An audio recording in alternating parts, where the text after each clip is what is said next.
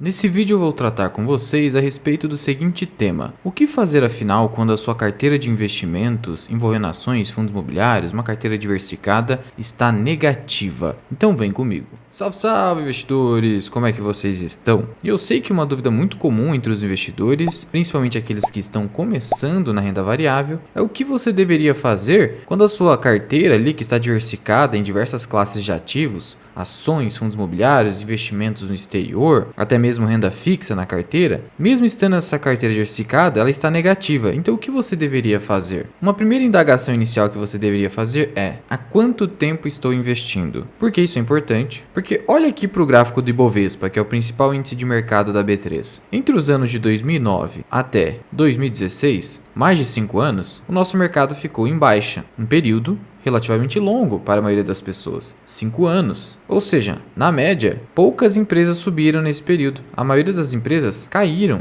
Então era praticamente impossível estar exposto em renda variável e não ter uma rentabilidade negativa nesse período. É por isso que eu preciso ressaltar: bolsa de valores é para longo prazo. Você não deveria se preocupar com a sua carteira negativa, desde que diversificada, porque se estiver extremamente concentrada e você aumentou o seu risco, se o seu prazo de investimento é inferior a 5 anos. Eu diria inferior a 10 anos. De qualquer forma, considere pelo menos 5 anos. Então essa seria a primeira pergunta: invisto há mais de 5 anos? Se a resposta para essa pergunta for positiva, aí você passa para outro questionamento: existem ativos na minha carteira que devem ser trocados? E aqui vale um adendo muito importante. Primeiro, entenda que mesmo o índice Bovespa, que costuma não se movimentar tanto para cima porque o Brasil é um país emergente, no longo prazo ele sobe. Então entenda o primeiro ponto: no longo prazo, a economia de um país, desde que minimamente razoável, ela vai subir. Isso aqui é o que aconteceu com o Brasil no longo prazo. Segundo, mesmo que você esteja com uma carteira negativa por muito tempo, não deixe de considerar os dividendos, porque esses dividendos podem ter compensado esse dano e talvez você esteja positivo. Após isso, ainda há negatividade na sua rentabilidade, aí você vai avaliar se esses ativos devem ser trocados. Ou seja, fazer o famoso giro de carteira, vender um fundo imobiliário ou outro, uma ação ou outra. Mas cuidado com o giro de carteira. Por quê? Como vocês sabem, o Peter Lynch, na minha visão, é o maior gestor que já existiu na história. Ele conseguiu uma rentabilidade anualizada em dólar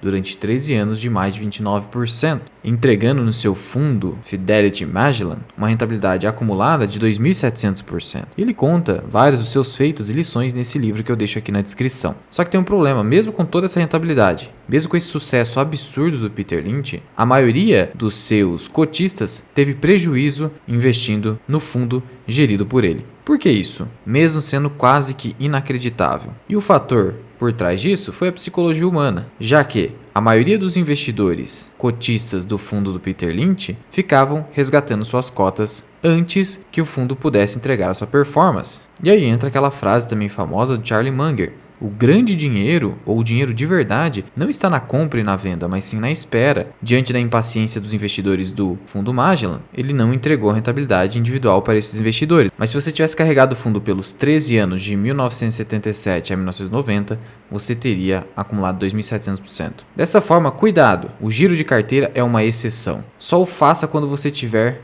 relativa certeza, após um bom estudo, de que aquele ativo não faz o menor sentido na sua carteira, que você só está perdendo dinheiro e tempo com ele. Nesse contexto, temos aqui uma lição do próprio Peter Lynch, de que sempre haverá algo para se preocupar, de tal modo que você deve evitar o pensamento de fim de semana e ignorar as últimas previsões terríveis de apresentadores da mídia, por exemplo, vendo uma ação porque os fundamentos da empresa se deterioraram ou sequer existiram, não porque o céu está caindo. Então tenha muito cuidado com isso. Existem muitas ações no seu mercado maluco que não perderam seus fundamentos ou estão de fato se recuperando, e mesmo assim o mercado bate muito nessas ações. Agora, há ações que de fato não possuem fundamento nenhum e que o investidor está carregando há muito tempo com prejuízo e ainda tem esperança, e muitas vezes concentrou grande parte do seu patrimônio nessa ação, que seria o caso da Oi, por exemplo, que desde 2009 é apenas declínio, já acumulou 90% de desvalorização, com a empresa pedindo a segunda recuperação judicial. E veja que o Peter Lynch não fala que você não deve vender, ele diz que você tem que ter cautela na venda, ter muito cuidado na venda, porque isso pode fazer você perder uma grande empresa, e também porque a maior parte do retorno do mercado vem em espaços de tempo curtos. Vou pegar aqui um exemplo da Ferbasa, uma ação brasileira. Veja que entre os anos de 2009 até 2016,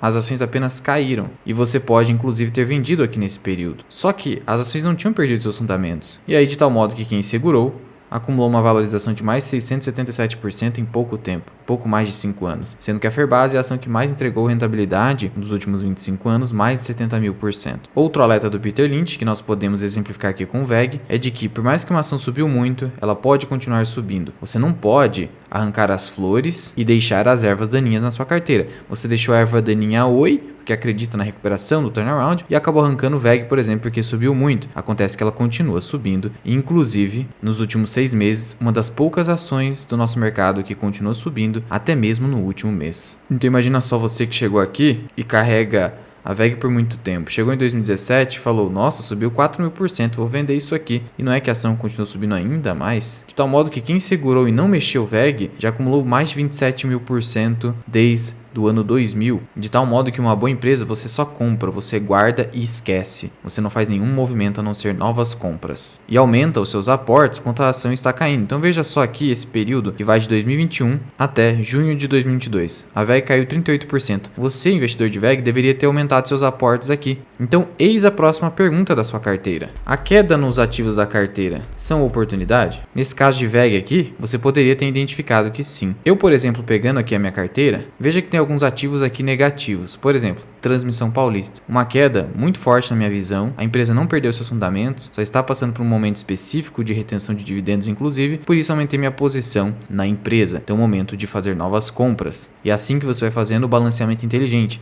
sem fazer vendas desnecessárias e até perigosas, no sentido de sair do mercado. O maior perigo é você ficar de fora do mercado, como aconteceu aqui com o investidor de VEG, que vendeu antes dessa alta explosiva aqui. Outra ação caiu muito de forma injustificada na minha visão, Itaúsa. Acabei aumentando também a posição, sendo que você pode fazer essa análise com os mais diversos ativos da sua carteira, e sim, alguns deles você pode acabar vendendo, como aconteceu na minha carteira com Cogna e IRB. Eu peguei e vendi IRB para comprar Bradesco, muito menos risco, e Bradesco tinha caído muito na minha visão, e também vendi Cogna para comprar Itaúsa, que havia caído demais, e aí o custo de oportunidade de manter Cogna seria muito alto se você tinha uma outra empresa muito melhor, com preços também muito baixos. E uma última pergunta, obviamente, é: a sua carteira está devidamente diversificada? Na área de membros associado Mirai, eu mostro como você faz a gestão de risco da sua carteira, mas o fato é, será que você não está concentrado demais em ativos de maior risco? Será que você não está acreditando demais em turnaround? Será que você não está supondo demais que é capaz de encontrar empresas com forte recuperação futura? A grande verdade é que a grande concentração da sua carteira precisa estar em ações mais óbvias, boas pagadoras de dividendos, empresas que já se provaram no tempo, ou fundos imobiliários com essas mesmas características, e colocar as famosas pimentinhas em percentuais ínfimos da sua carteira, se valendo assim da convexidade nos investimentos. Do contrário, a ruína financeira pode ser certa na sua carteira e você pode amargar perdas por vários e vários anos, perdendo do CDI, da inflação e do próprio Ibovespa, que é considerado um índice ruim. Você ainda poderia acrescentar mais uma pergunta: você se considera capaz de vencer o mercado? E aqui eu estou dizendo Ibovespa, porque se você não se considerar capaz de fazer isso no longo prazo, mais de 10 anos, é importante ressaltar, então seria melhor você simplesmente alocar os seus recursos em ETFs, em fundos de índice, como diz o próprio Peter Lynch, já que você economizaria tempo e poderia focar no seu trabalho